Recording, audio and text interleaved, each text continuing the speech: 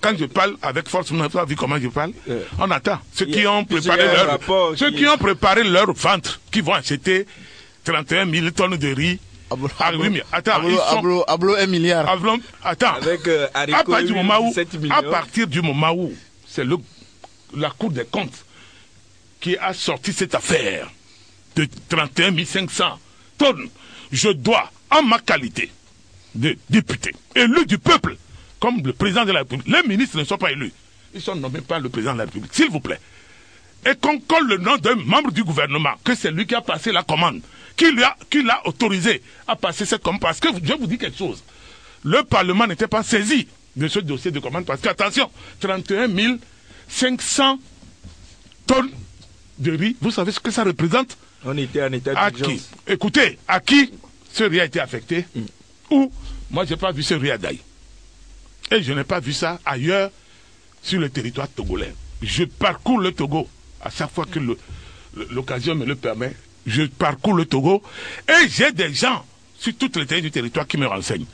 Quand on vend les riz dans les préfectures, 10 000, les riz dans les sacs, 10 000, je suis au courant. Et j'envoie des aides aux gens que, bon, si vous voulez aller acheter mon machin, et je ris. Je sais pourquoi je ris, je sais d'où vient ce riz. Et je sais pourquoi ce riz ne devait pas se trouver dans cette situation de vente. Mais je ris, j'ai quelle force. Mais ici, ça devient autre chose. Parce que la Cour des comptes, attention, c'est une institution de la République togolaise. Ou bien le président lève le coude pour que le dossier avance et que nous soyons tous instruits de visu que les 31 500 tonnes de riz sont effectivement venues au Togo et qu'on a donné ça peut-être aux lépreux de Koloware et je ne sais pas où, ils ont mangé ça, je ne sais pas comment, et c'est fini avant 1 an.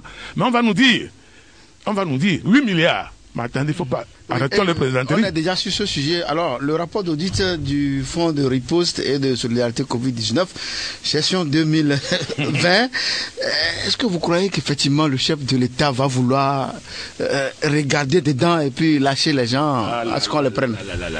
Monsieur le directeur Bamazé, je vais vous parler. C'est dans vos studios ici que j'ai dit que Fort Nazingbe est comme un moteur diesel.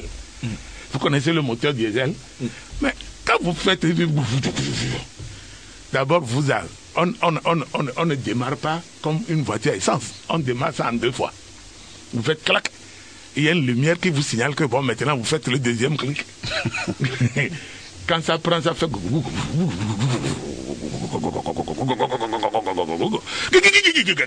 Et puis, ça lance. Quand ça lance, on n'attrape plus.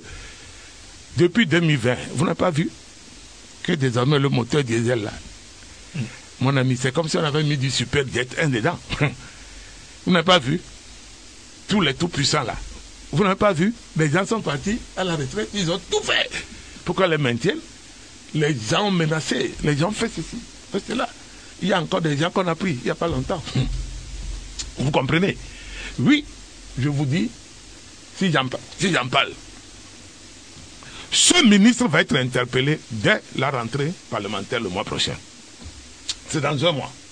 En mars. Il va être interpellé. Nous sommes les élus du peuple. Chef, je ne veux pas que mes électeurs me disent que, oh, honorable Bouta, on a dit que mon loi va remettre. Attends, c'est passé où? Combien de... Est-ce que vous savez qu'à l'heure où je vous parle, le Togo n'a pas encore 260 morts de Covid? Mais attendez, il ne faut pas qu'on nous blague. Le Togo n'a pas. C'est ce que le gouvernement communique comme chiffre officiel. Et moi, je ne suis pas un charlatan pour inventer. Pour moi, les gens vont dire, ouais, il y en a peut-être plus, mais attention, moi, je ne suis pas dans ces calculs-là. Moi, je prends le chiffre que le gouvernement donne. Ça fait 250 quelques. Le Togo n'a pas encore, depuis que Corona a déclenché 2019 décembre, jusqu'à l'heure où je parle dans ce studio, le Togo n'a pas encore fait 260 victimes de Corona, les morts. À l'Assemblée, on a eu un Corona. Personne n'a André Johnson. C'est tout. Bon, imaginez, si toute l'Assemblée, y compris le personnel, on a eu un seul. Bon, alors, 31 500 tonnes. C'est ça, hein? Pas kilo, hein? Pas kilo, s'il vous plaît. Pas kilo. 8 milliards CFA. D'abord, pourquoi ils n'ont pas lancé l'appel d'offres public? Puisque c'est le même gouvernement. C'est là où je ne comprends pas. pourquoi les gens là, ils mettent en difficulté leur président, leur patron, le président de la République, qui est leur patron? Pourquoi ils le mettent en difficulté? C'est un financier. C'est lui qui a mis qu'après de 10 millions, il faut lancer l'appel. Quand c'est l'État qui commande, après de 10 millions CFA, vous lancez l'appel d'offre. Et qu'on donne chance égale à tous les souscripteurs. Vous comprenez? Vous allez commander, une seule personne va commander 31 500 tonnes de riz à 8 milliards. Ça dit que les factures là sont faites comment? Sur WhatsApp, ou bien sur Facebook, ou bien sur Twitter, ou c'est pas des conneries que les... Il y a beaucoup d'autres commandes qui ont été faites sans pièces justificatives. Mon frère, ils vont les sortir. À partir du moment où c'est l'argent de l'État togolais, la Cour des comptes vient. Écoute, depuis un moment, la Cour des comptes, il fallait que les gens comme nous secouent un peu. Bientôt, nous allons sortir des dossiers, puisque les gens ne nous respectent pas. Nous allons sortir plein de dossiers. Il y a des gens au gouvernement, quand ils vont chez eux, tenez-vous bien, ils attachent le riz des Japonais. Ce riz-là, c'est un don.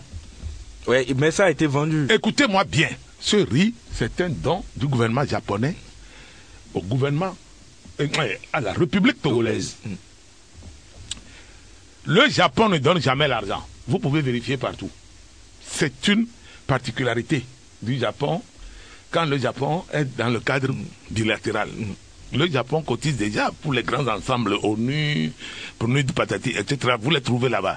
Mais dans le cadre bilatéral, le Japon ne donne pas l'argent. Vous exprimez vos besoins. Vous comprenez? Vous avez vu plein de Toyota que nous avons. Ça vient d'où? L'État togolais ne peut pas acheter certains Toyota comme ça. Vous avez vu les Prado qu'on touche à certains barons? Les pick-up là. Ah non, laissez les pick-up. Mais comment? Il y a les Prado RTG. Il y a les Land Cruiser RTG. Ah oui, il y a les... J'ai vu maintenant les Highlander RTG. Bon, mais les Fortuna là. Oui, ça c'est bas de gamme, mais... Vous avez vu le nombre? C'est beaucoup, hein? Même les GMC. Les GMC, il y en a. Maintenant, le Japon donne. C'est comme l'engrais. Le Japon donne. C'est nous qui faisons l'ensachement au port. OK?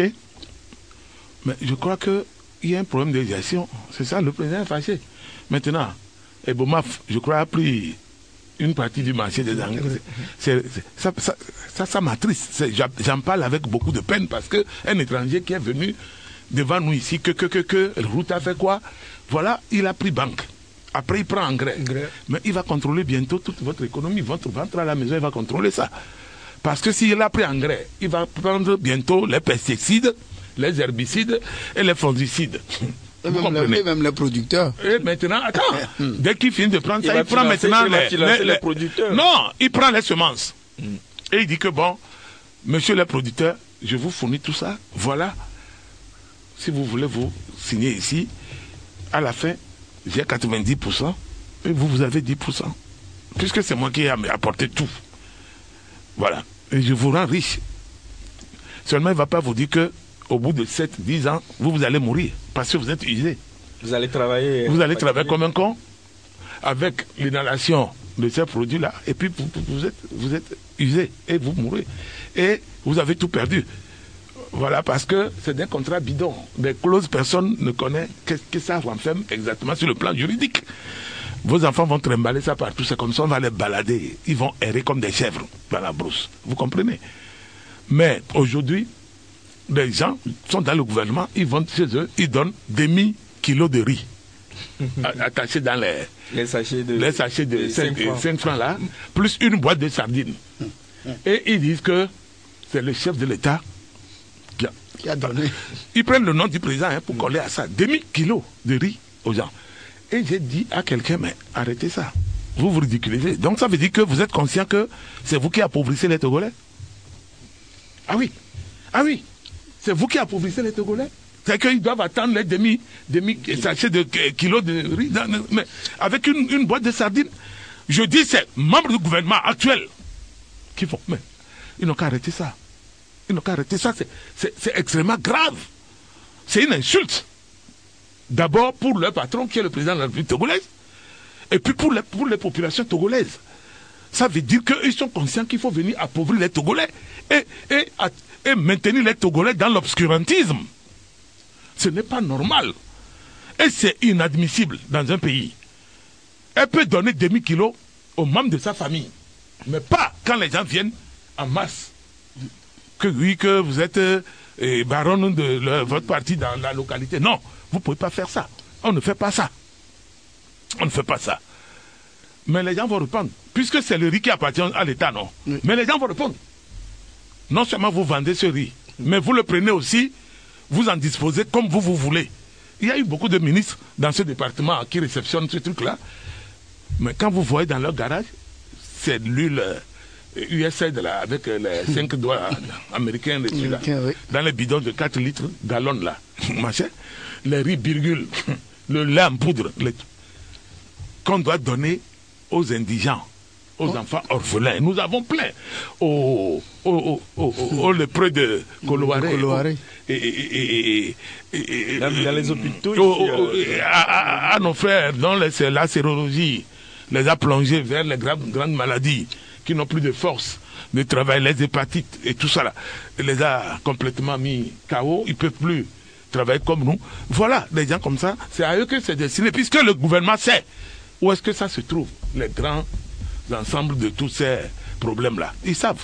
Nous avons un grand département social, des affaires sociales. Nous avons, aujourd'hui, nous avons un ministère délégué à l'hygiène de vie. C'est quoi hygiène de vie? Il faut aller comprendre. C'est tout ça. On prend ça en ligne de compte, c'est pris en compte. Non, ne vous en faites pas. La Cour des comptes, de toute façon, je dis aujourd'hui, chapeau, bravo. Il ne faut pas baisser les bras. Il faut continuer. Parce que si la Cour des comptes faisait ça depuis, je vous jure que tout le monde serait droit. Oui. Non, bon, tout le monde ne sera jamais droit, mais il y aura toujours un peu. Bon, mais quand même, le trou ne sera pas aussi grand. Mais si on peut rattraper les gens avant que... Vous avez vu au Cameroun, quelqu'un a quitté le ministère. Depuis des années, on l'a pris. On lui a mis 30 ans et à sa femme 10 ans. Lui, on l'a mis 30 ans parce que il a détourné 40 et quelques milliards. Sa femme, par le truchement des marchés, directement. Comment ton mari est ministre de gré à gré, ministre de la Défense? Parce que c'est le département où on gère beaucoup d'argent. Parce que c'est la sécurité de l'État. Elle a eu des marchés jusqu'à près de 11-12 milliards. Ils ont 39 immeubles dans tout le pays. Cameroun, là, ils ont 39 immeubles. Je ne sais pas ce qu'ils appellent immeubles. Est-ce que c'est des villas ou bien c'est des R+, des R+, voilà. Bon, on les a condamnés la semaine passée. Oui. Monsieur 30 ans, le président, madame 10 ans. Comme ça, les bonnes vont s'occuper de la maison.